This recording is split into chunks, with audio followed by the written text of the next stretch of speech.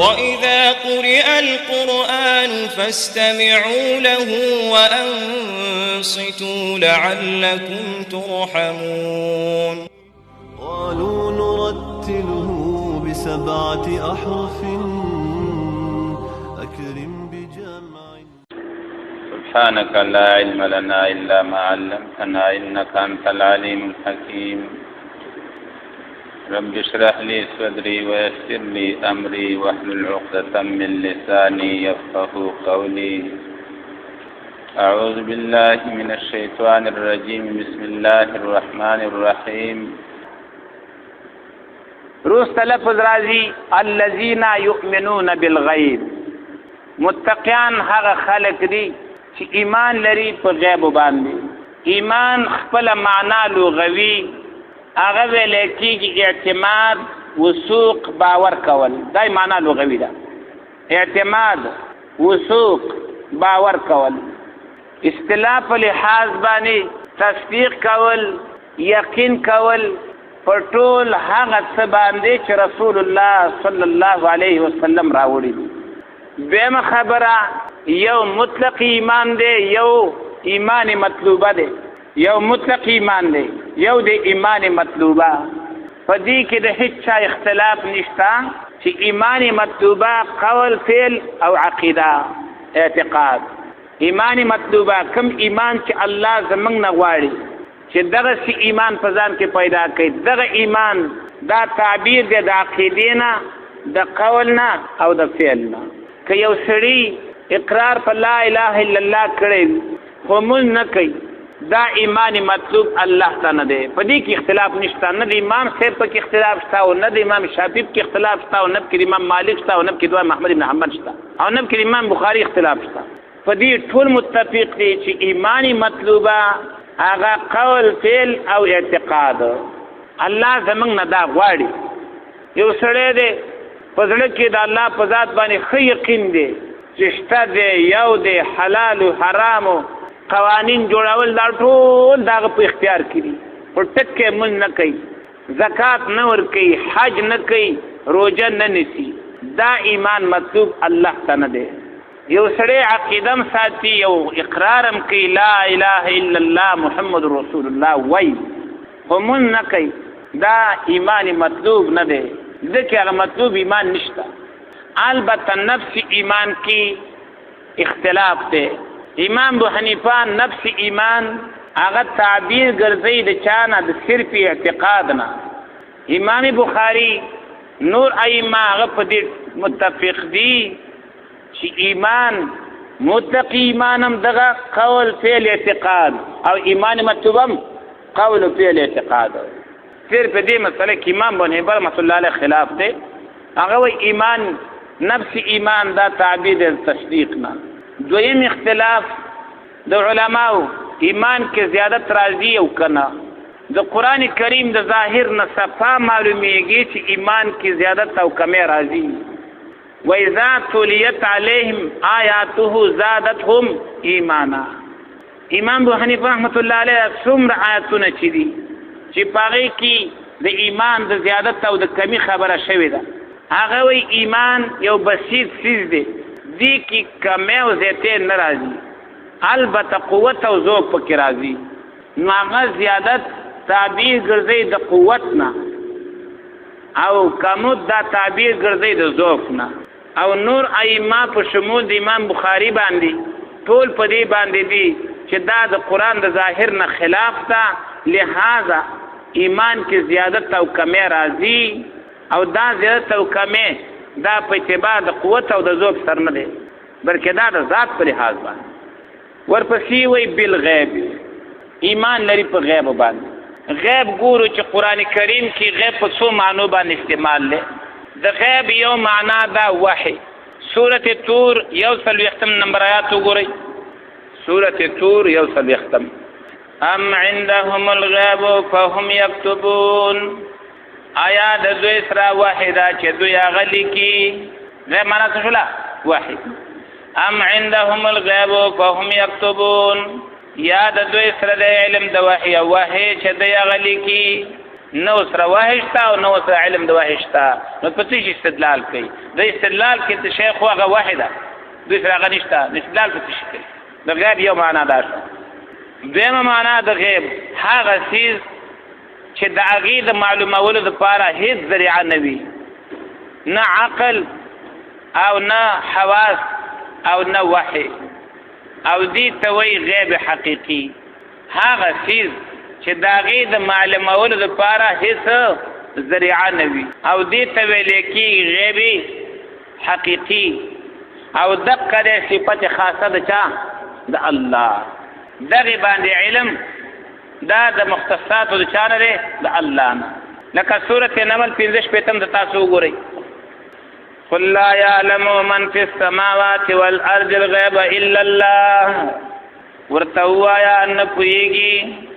اسمان والا او نظمکی والا په غیب باندې سوا د الله نه ذکر داغه ته درسیدو ذریعہ نشته نو نه هغه کې حواس کار کوي نب کې چا علم کار کوي نب کې وحی دغه باندې علم صرف د چا دی د الله او دا د غیب حقیقی او دا د الله په دې باندې علم دا د صفات د الله نه دی او د مختصات د الله نه دی او که په دې کې چا مخلوق د الله سره شریک وګرځي مسلمان نه پاتې کیږي مسلمانان اخلاص الله څخه وینځي درېمه معنا هغه چې د هغې د علم لپاره ذریعه او سبب شته خو مخکې د ذریعې نه غیب دی او پس استعمال د ذریعې نه څه دی مشاهده او دارنګي معلوم لکه مثال په تور باندې اوس خار کې یو واقعیا شوي وي موږ او تاسو هیڅ پته نشته ماښام چې به خبرونه ته کینی خبرونه کې واوري علم یې راشي چې یاره وخو پل کې بم خلاص شوی نو دا مخکې د اخبار نه مخکې د ریډیو نه مخکې د ټي وي نه څو او وروستو معلوم څلورمه معنا د غیب ده په ټوک او په اټکل باندې خبره کول بې سند او بې دلیل خبرې ته ویلی کېږي څه غیب سورت کهف وګورئ 22 نمبر آیات سیقولون ثلاثة زر دې به وایي چې دا دریو رابعهم کلبهم څلورم د هغوی سپی او د هغوی ویقولون خمسة او ځینې به وایي چې اصحاب احکاف پنځه سادسهم کلبهم شپږم د هغوی سپی رجمن بالغیب دا وشتل کوي په توک باندې پاټکل باندې دی لرا په دې باندې هیڅ علم نشته دی نو په توک باندې بې دلیله خبره کول پاټکل باندې خبره کول دې ته ویل کېږي غیب قرآن تعبیر ته نه کوي رجمن بالغیب پنځمه معنا وخت غایب والی او وخت غیبوبت لکه تاسو وګورئ سورت نساء 40 نمبر آیات فالصالح الرجال قوامون على النساء سړي به حاکمانی په ښځو بما فضل الله بعضهم على بعض په وجه د هغې چې غوره والی ورکړی الله ځینو ته په ځینو باندې وبما انفقوا من اموالهم او بل په سبب د هغې چې لګوي دا خاوندان د خپلو مالونو نه په دې ښځو باندې فالصالحات قانتات حافظات نیکې ښځې تابعداري کوونکې دي د خاوندانو حافظات ساتونکې دي د عزت د خاوند ساتونکې دي د مال د خاوند ساتونکې دي د اولاد د خاوند للغیب په وخت نشوالي د خاوند کې خاوند دې نشته سفر باندې دی خدا سله ښځه د هغه عزت یې خوندي ساتلی دی بچي مله خوندي ساتلی دی مال یې مله خوندي ساتلی دی دې ته الله څه وایي صالحات وایي دا دی هغه نیکې ښځې او دا چې خاوند دی ښار ته لاړ شي دا په دې بله کوڅه لاړه شي دا نفس صالحاتو کې نه راځي ښه دې ته دجاجې مخلات وایي ډیران باندې ګرځېدونکي چرګه هغه شی الله چې صفت کوي د دې ښځو کوي نو د غیب معنا وخت د نشوالي د چا کې د خاوند کې دارنګه سورت یوسف وګورئ آیات نمبر 250 ذالک لیعلم انی ان لم اخنه بالغیب دا اقرار مې د دې وجه نه وکړ زلیخا وایي اگر چې توجیه به خیال تا چرش ان شاء الله بیا به هم کوم. ذالک دا اقرار می د دې لپاره وکړ یا علما چې خبر شي یوسف علی السلام انی لم اخنه بالغیب چې بشک ما خیانت نه کړې او دروغ مې نه دی ویلې په یوسف علی السلام باندې داغه په عدم حضور کې زم مراد څه شو عدم حضور په وخت نشوالی کې. نو قران کریم کې غیب جدا جدا معنی دی یو معنی څه کله لازم چې ورشي یو معنی کې یو معنی خو به غلطه ده ځکه ځینې معنی التنه لګي. اوس راځو دلته د غیب څه معنی ده. دلته د غیب مفسرینو دو معنی غوړه کړی دي. یو اوله معنی او بل درېمه معنی. اوله معنی څه وحی یادم دي الذين يؤمنون بالغیب هغه کسان چې ایمان لري بالغیب په وحی باندې قرآن باندې ایمان لري په حدیث رسول الله باندې ایمان لري.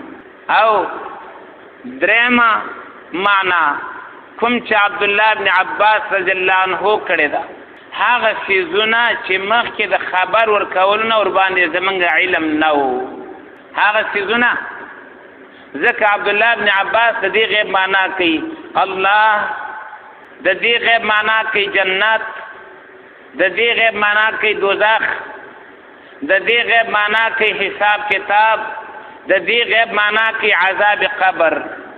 رښتیا وایا د رسول الله صلی الله علیه وسلم د اخبار نه وړاندې زموږ استاد علم په عذاب قبر وو د قران او حدیث نه وړاندې زموږ علم په الله باندې وو د قران او حدیث نه وړاندې جنت او دوزخ موږ ته معلوم وو قران نه وړاندې حساب کتاب موږ ته پته وا دا د خبر ورکول نه وړاندې غیب او د خبر د ورکول نه بعد څه معلوم دي. نو یؤمنون بالغیب ایمان لري په وحی باندې ایمان لري په هغه سيزونو باندې چې پستر ګناه کاری چې هغه څه دی الله دی قیامت دی جنت دی دوزخ دی عذاب قبر دی او دارنګ دغه احوال. اوس دا دوه ترجمه شولې دا دې لپاره یو تعداد خلک دي تاسو ته وکړي دوی هغه یو څه مقدمات یو ځکې او داغي په واسطه باندې مخلوق ته علم غیب ثابتوي. هغه وی یؤمنون د ایمان نه دی ایمان قسم دی د علم نه ځکه علم یو تصور دی او بل تصدیق دی. هغه تصدیق بیا تقسیمي ځوان او یقین تا نو ایمان دا د علم نه شو یو قسم چې قسم شو د علم نه مقسم په خپل اقسام کې سوي مراد وي نو د دې معنا کوي الذين يعلمون الغيب متقین هغه دی چې هغه په غیب پوهیږي هغه په غیب پوهیږي. کوم ځنه خبره کوم نه تورسوله د دې ګڼ جوابونه دې تکوم. خو اول الزامي جواب هر چا چې دا ترجمه درته وکړه اول ته تاسو کوته ته مؤمن یې کنه خامخا هغه وای چې زه مؤمن یم بل ښا ځان ته مؤمن وای او د مؤمن تعریف تاسو وکړو چې په غیب پوهیږي ودې کنه او ځان ته مؤمن وای دا څه خپل به خپل څنګه نیوري ولا کبه دې خبره ته وکی خله به اخوا دې خوا کوي بیا درته جواب نشي کولای حیران بناستي چې دا ما څه وکړه.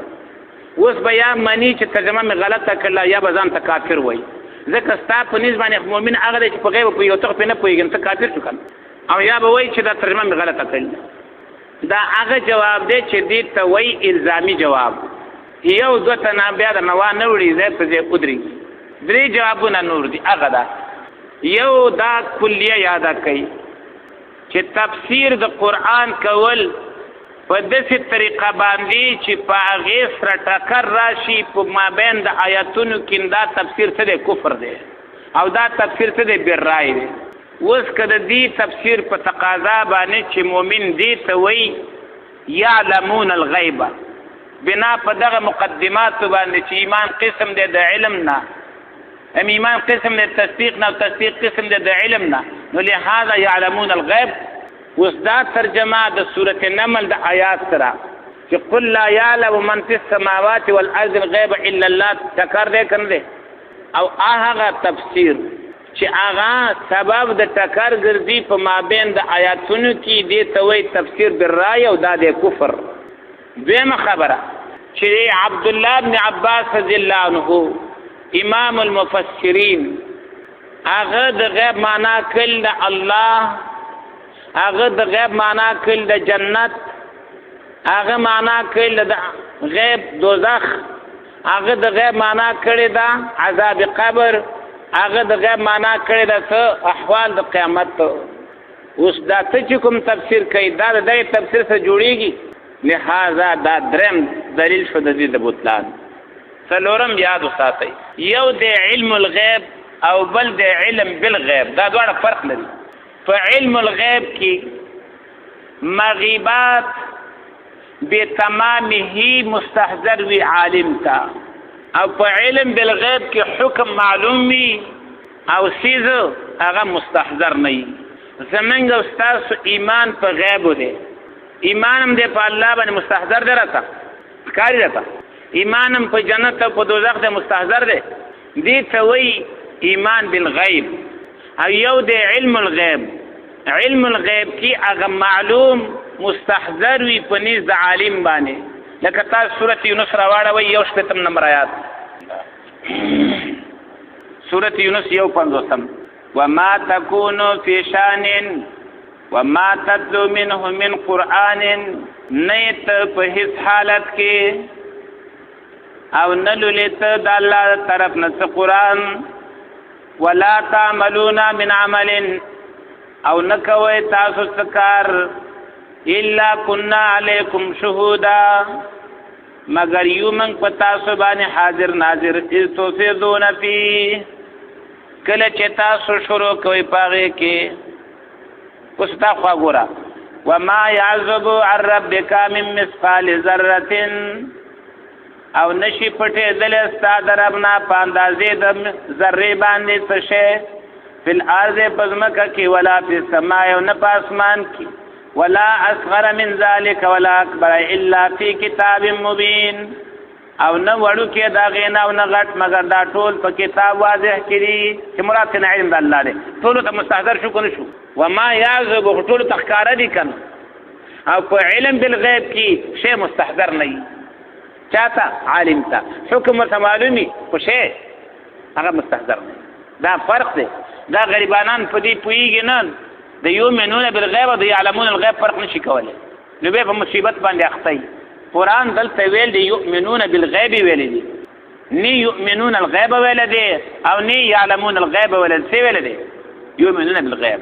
نو په ایمان بالغیب کې هغه معلوم حکم معلوم وي خو هغه معلوم مستحضر نه وي.